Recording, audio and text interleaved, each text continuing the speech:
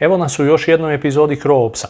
I kako se polako ljeto primiče kraju, a mi nismo zapravo ni obrađivali posebno neke mornaričke teme, sada ćemo se malo više početi njima baviti. Mnogi od vas su to tražili u komentarima, razne brodove, podmornice i slično, pa ćemo se malo više fokusirati na to. Počet ćemo sa jednom vrlo zanimljivom klasom fregata, ruska klasa Gorškov, to su najnovije raketne fregate ruske mornarice, koje su meni osobno izuzetno zanimljive jer osim što je riječ o jako moćnim brodovima samima po sebi, oni predstavljaju i svojevrsnu promjenu doktrine ruske ratne mornarice, odnosno prelazak sa starog koncepta usko specijaliziranih sovjetskih plovnih jedinica na višenamjenske brodove kakvi se grade na zapadu već dulji niz godina. Prvi brod klase Gorškov je ušao u upotrebu prije otprilike 2 godine. Dakle, jedna jako svježa klasa koja se trenutno planira izgraditi 15 brodova. Inače, cijeli koncept sovjetske ratne mornarice i u početku i ruske je uvijek bio orijentiran na obranu same obale, odnosno vlastite obale, jer se nikad nije imalo sposobnost stvarne projekcije sile na otvoreno more, kao što je to slučaj sa NATO-om, odnosno pogotovo sa američkom ratnom mornaricom. Iz tog razloga Rusija, odnosno Sovjetski savez, je prvenstveno razvijao brojne podmornice kao ofenzivno oružje, dok su površinski borbeni brodovi bili prvenstveno defenzivno orijentirani, odnosno služili bi za napad na savezničke udarne skupine nosača, odnosno prevenciju njihovog djelovanja unutar zone sovjetskog priobalja, ili za uništavanje neprijateljskih podmornica i osiguravanja vlastitih podmorničkih snaga. Drugim riječima, sovjetska površinska flota je uvijek bila defenzivno orijentirana. Odnosno, sovjetska površinska flota je uvijek bila defenzivno orijentirana i nikad nije težila nekakvom efektivnom uspostavljanju tih sposobnosti globalne projekcije moći, jer glavnu komponentu takve sposobnosti, nuklearni nosač aviona, sovjetska mornarica nikad nije uspjela sagraditi. Dakako, takva defenzivna orijentacija je imala i neke svoje pozitivne strane. Ruski i sovjetski protubrodski projektili su bili u pravilu mnogo raznovrsniji i daleko moćniji od zapadnih protubrodskih oružja. A ta se prednost zadržala čak i danas. No kako je došao raspad Sovjetskog saveza, kako su sukobi evoluirali, sve su se jasnije počele pokazivati prednosti višenamjenskih ratnih brodova koji mogu izvršavati različite zadaće na istoj plovidbi i u krajnjoj liniji pokazala se visoka vrijednost strateških konvencionalnih udara sa krstarećim raketama s mora.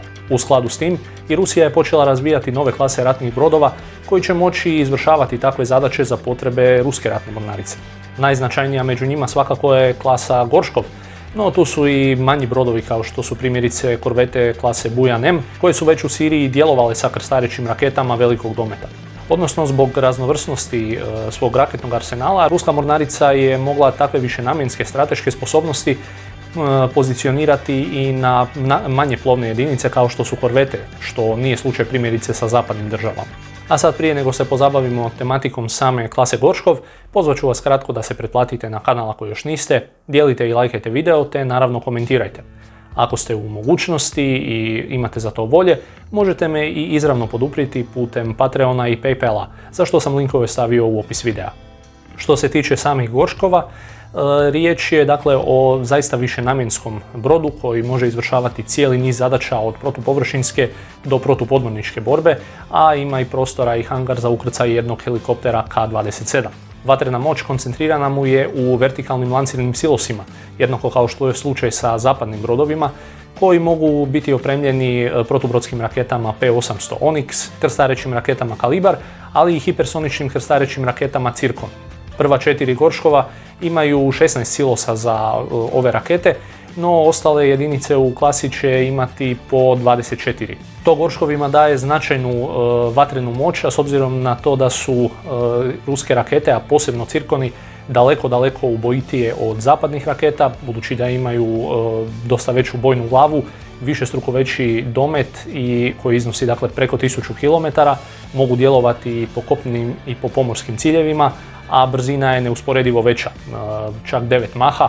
Za protuzračnu obranu pak ima 32 vertikalna silosa za raketni sustav Redut velikog dometa do 150 km, što je zapravo mornarička verzija PZO sustava S-350. Glavne oči ovog sustava je sofisticirani radar sa fiksnim AESA rešetkama Poliment. Za neposrednu obranu broda koristi se protuzračni raketni sustav kratkog dometa Palaš, što je mornarička verzija sustava Sosna R.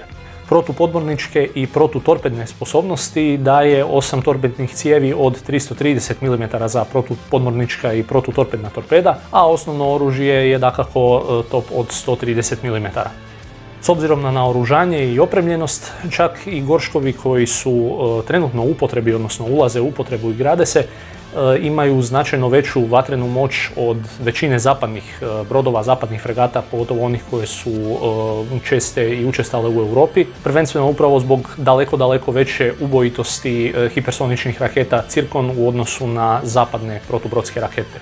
Takve izuzetne sposobnosti Gorškova zapravo daju i dobru osnovu da se o njima može razmatrati kao potencijalnim budućim glavnim borbenim plovilima ruske mornarice, naravno ako se izgrade u većim brojevima i kroz evoluciju samog dizajna.